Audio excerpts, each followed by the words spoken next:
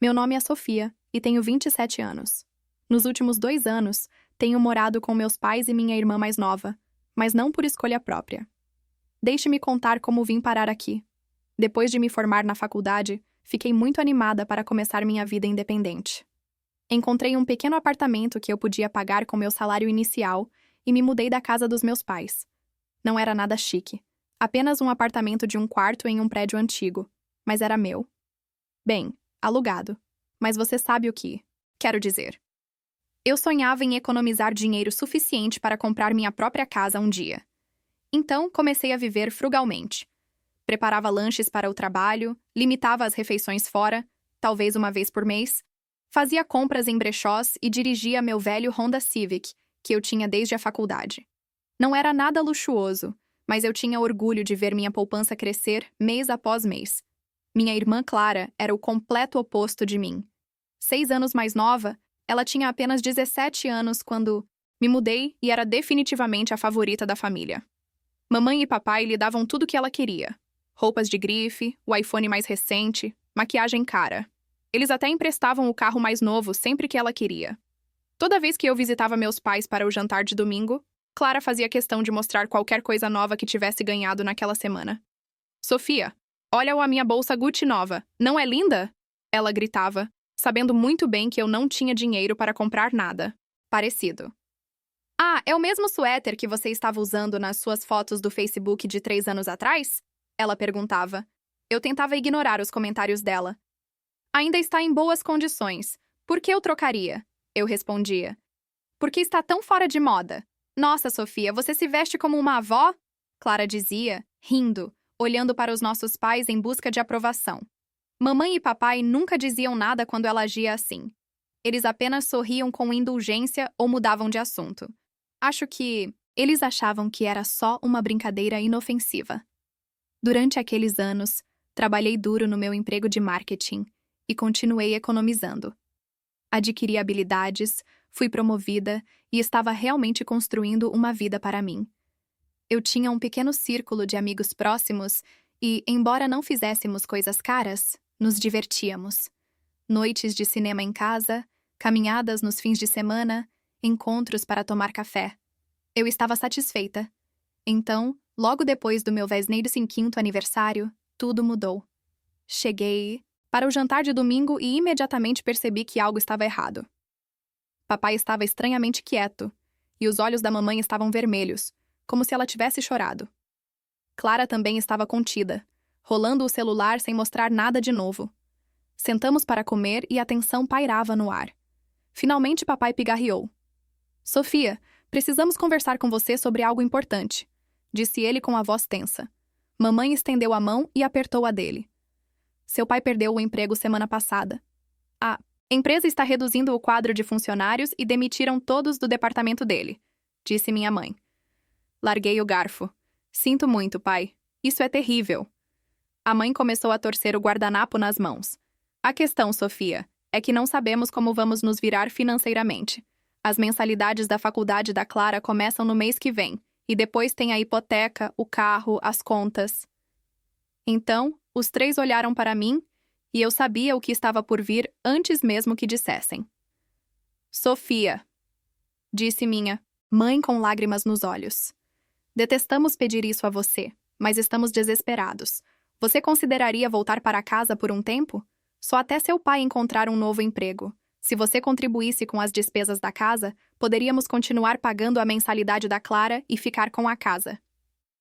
Senti como se tivesse levado um soco no estômago. Voltar para casa, abrir mão da minha independência, adiar meu plano de poupança. Mas olhando para os rostos desesperados deles, não consegui dizer não. De quanto vocês precisariam por mês? Perguntei, já me despedindo mentalmente do meu apartamento. Cerca de 800 cobririam a mensalidade da Clara e ajudariam com as contas, calculou minha mãe rapidamente. Era uma boa parte do meu salário, quase tudo que eu vinha guardando na poupança todo mês, mas eles eram minha família e precisavam de mim. Certo, eu disse finalmente. Vou dar o aviso prévio do meu apartamento esta semana. Mamãe começou a chorar e me abraçou forte. Você está nos salvando. Sofia, você está realmente salvando esta família. Papai pareceu aliviado e grato. Não vai demorar muito, princesa. Só até eu me recuperar. Até Clara pareceu grata. Obrigada, Sofia. Eu não sabia o que ia fazer se não pudesse ir para a faculdade com meus amigos. 2 semanas depois, voltei para o meu quarto de infância. Bem, para o que tinha sido o meu quarto. Depois que me mudei, Clara o transformou em um closet para seu guarda-roupa em expansão. Agora, suas roupas tinham sido retiradas às pressas, embora o armário ainda estivesse abarrotado de suas peças extras. O quarto parecia menor do que eu me lembrava, com suas paredes azul claras e cama de solteiro. Eu tive que guardar a maioria dos meus móveis. Naquela primeira noite de volta, deitada na minha antiga cama, tentei me consolar com a ideia de que aquilo era apenas temporário. Papai encontraria um emprego em breve, e eu estaria sozinha de novo em um piscar de olhos. Eu não tinha ideia de quão errada eu estava, ou de quão rápido. As coisas mudariam quando eu voltasse para a casa dos meus pais. Os primeiros meses morando de volta com meus pais foram, na verdade, tranquilos. Mamãe preparava jantares especiais para me agradecer e papai me dava tapinhas no ombro e dizia: "Você é uma salva-vidas, Sofia." Configurei transferências automáticas para enviar 800 para a conta da mamãe no primeiro dia de cada mês. Um golpe doloroso na minha conta bancária, mas lembrei a mim mesma que era para a família. Cerca de 3 meses depois, meu pai finalmente conseguiu um emprego. Comemoramos com champanhe naquela noite. "Então, acho que posso começar a procurar meu próprio lugar de novo?" Perguntei na esperança de ouvir um sim. O sorriso da mamãe desapareceu. "Bem, Sofia, o problema é que o novo salário do seu pai não é o que esperávamos." Papai olhou para o prato. "É quase metade do que eu ganhava antes", disse ele. "Ainda precisamos da sua ajuda", disse mamãe pegando na minha mão. "Só mais um pouquinho." Assenti, reprimindo a decepção. Claro, a família vem em primeiro lugar. Mas as coisas começaram a mudar aos poucos. A gratidão que eu sentia deles naqueles primeiros dias desapareceu. Pequenos comentários começaram a surgir. "Sofia, você precisa mesmo passar 40 minutos no banheiro todas as noites?" reclamou minha mãe certa noite. "É um desperdício, e você não é a única que mora aqui." Meu banho noturno era o único luxo que eu ainda me permitia. Uma chance de descomprimir depois do trabalho com água quente e um livro. Reduzi para 20 minutos. Depois havia as refeições. Mamãe costumava fazer minha lasanha favorita pelo menos uma vez por mês. Agora tudo eram as comidas preferidas da Clara. Frango parmegiana, refogados, saladas sofisticadas com ingredientes que eu nem gostava. Pequenas coisas se acumulavam. Compras extras para os lanches especiais da Clara. Papai me pedindo para lhe dar 40 de gasolina até o dia do pagamento. Mamãe precisando de 100 para um corte de cabelo porque o cartão dela estava com um defeito. Nunca recebi nada daquele dinheiro de volta. Enquanto isso, Clara continuava aparecendo com coisas novas. Um par de sapatos caros, uma mochila de grife. "De onde você tira dinheiro para tudo isso?"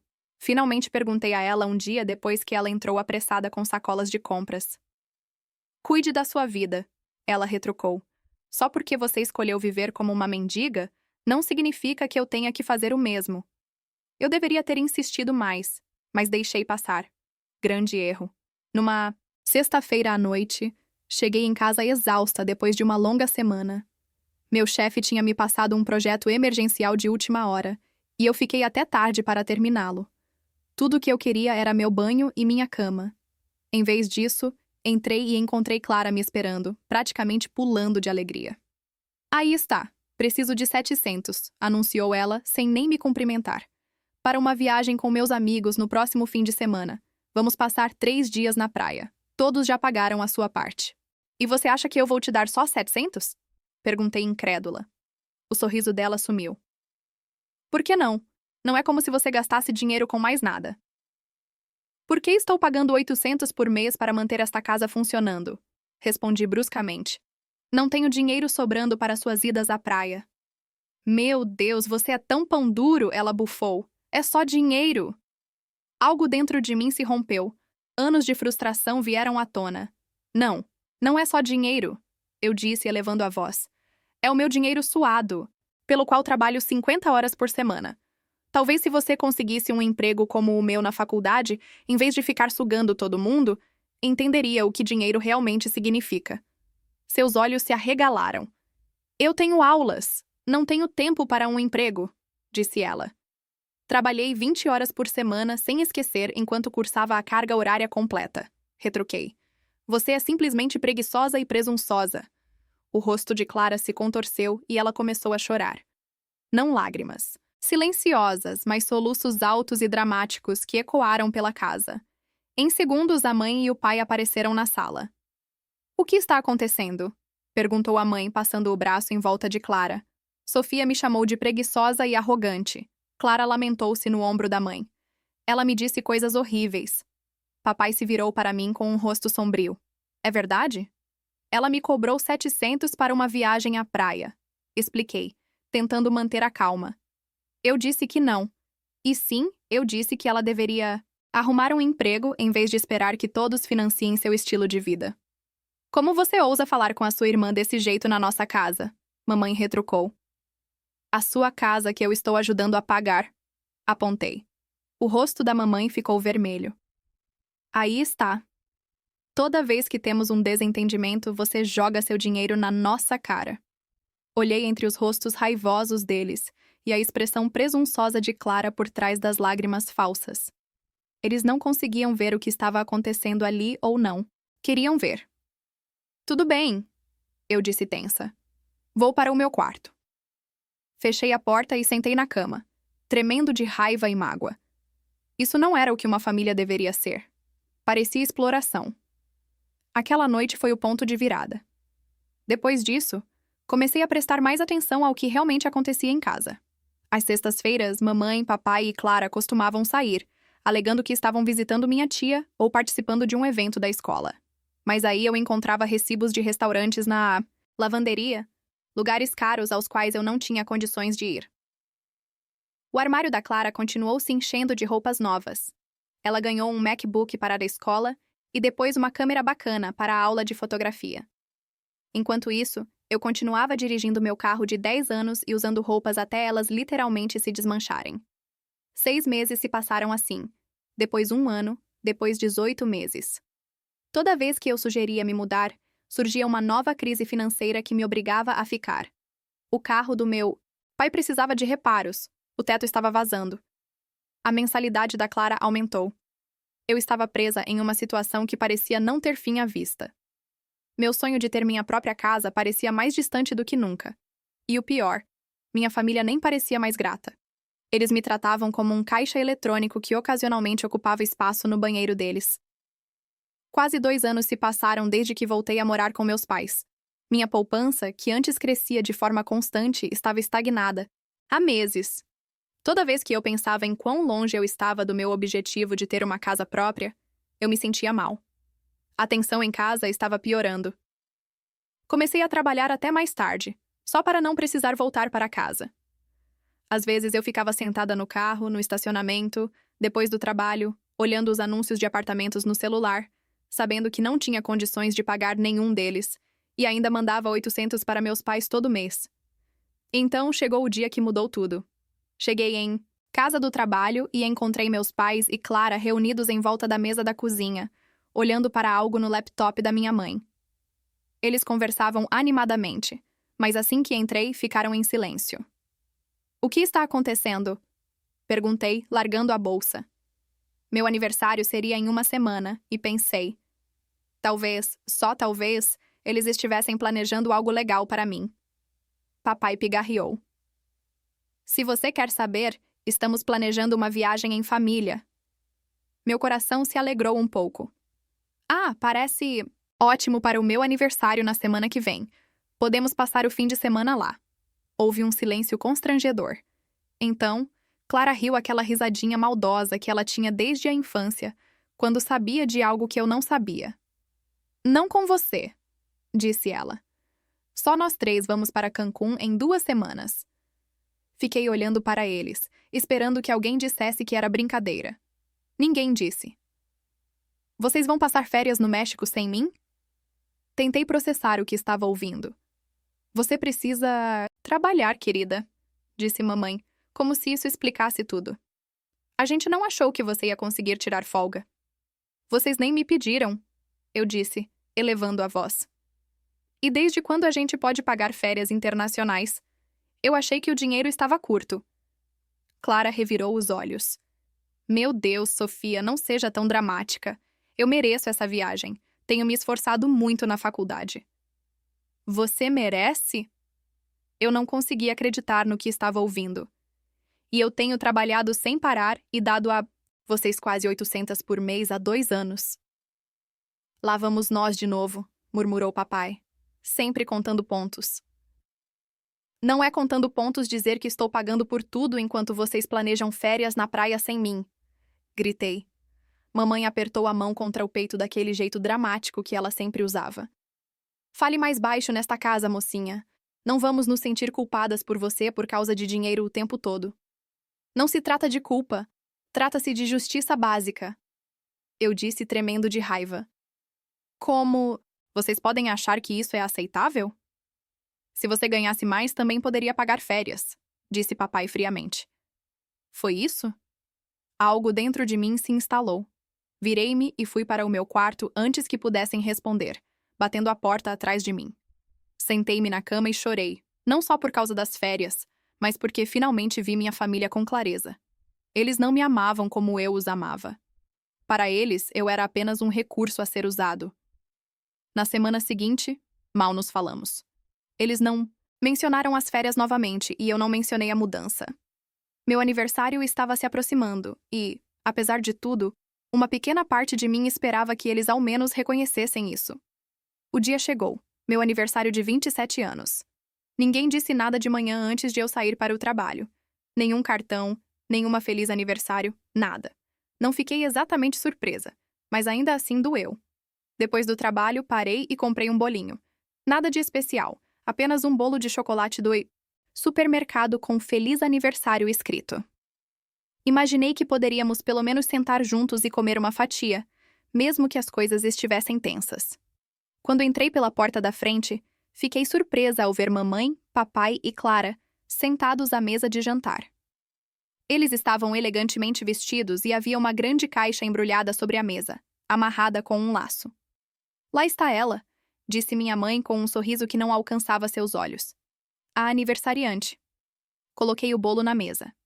Comprei um doce para nós, disse sem jeito. Você não devia ter se dado ao trabalho, disse Clara, olhando com desdém para o bolo comprado na loja. Olhei para a caixa embrulhada. O que é isso? Papai empurrou para mim. Seu presente de aniversário, pode abrir. Por um momento, senti uma pontada de esperança. Talvez eles se importassem. Talvez tivessem economizado para me comprar algo legal, pelo menos uma vez. Desfiz o laço e levantei a tampa. Dentro havia uma mala novinha em folha, elegante, com aparência... com muitos compartimentos. Nossa, isso parece muito legal, eu disse confusa. Eles nunca tinham me dado um presente tão caro antes. Afinal, vamos a algum lugar? Os 3 começaram a rir. Não era uma risada calorosa. Com certeza, disse o pai. A mãe se inclinou para a frente.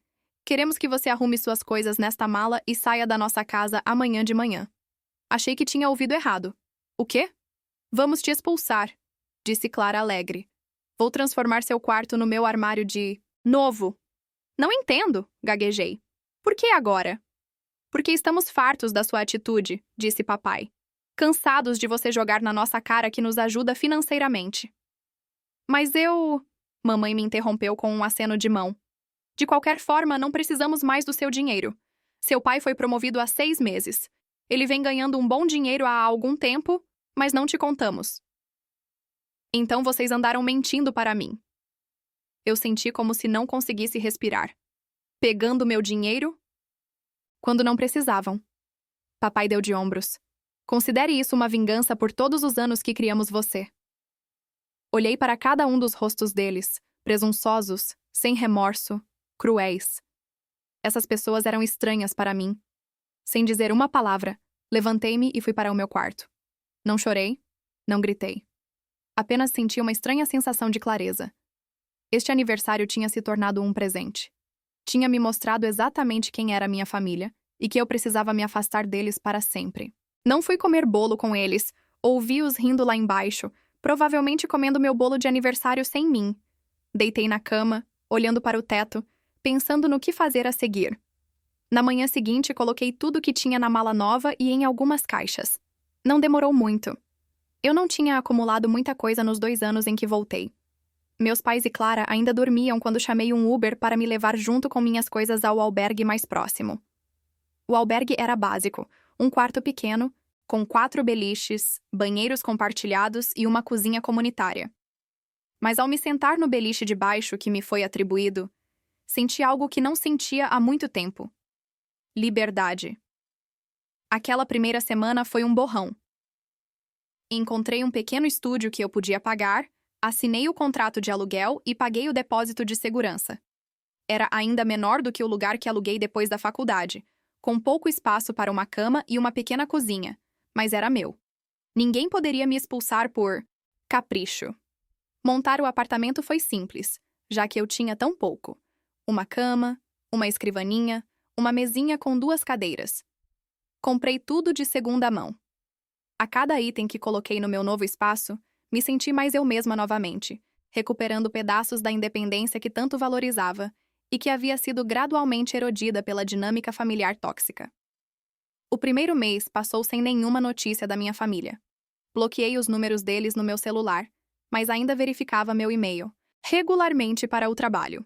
Me dediquei ao trabalho, me voluntariando para projetos extras e ficando até mais tarde, sempre que possível.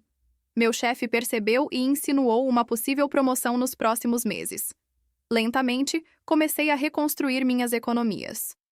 Sem a perda de 800 por mês, fiquei impressionada com a rapidez com que os valores na minha conta cresceram. Eu ainda vivia frugalmente. Alguns hábitos custam a morrer, mas agora a escolha era minha. Me presentei com um jantar. Agradável fora para comemorar meu primeiro mês de independência, permitindo-me um momento de reflexão sobre como a liberdade financeira e emocional se entrelaçavam de maneiras profundas. Mais 4 meses se passaram. Consegui aquela promoção no trabalho junto com um aumento salarial decente.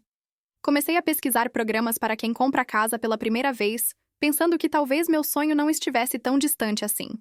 Então, exatamente 6 meses depois do meu despejo de aniversário, meu telefone tocou com um número desconhecido. Algo me disse para atender. Olá, Sofia, é a mamãe. Meu estômago embrulhou. Sua voz era enjoativamente doce, o tom que ela usava quando queria alguma coisa. O que você quer? Perguntei secamente. Não fique assim, querida. Estou ligando porque precisamos conversar. Você pode vir aqui em casa? É importante. Não, respondi com firmeza. O que quer que você tenha a dizer, pode dizer agora. Houve uma pausa e eu quase a ouvi calculando seu próximo movimento. Tudo bem. Ela suspirou dramaticamente. Seu pai perdeu o emprego de novo. Tiveram outra rodada de demissões e desta vez ele foi incluído. Que pena, eu disse sem deixar nenhuma emoção transparecer na minha voz. Ele está procurando, é claro, mas o mercado de trabalho está péssimo no momento, continuou ela. Temos contas se acumulando e estamos atrasados nos pagamentos. O banco está ameaçando executar a hipoteca.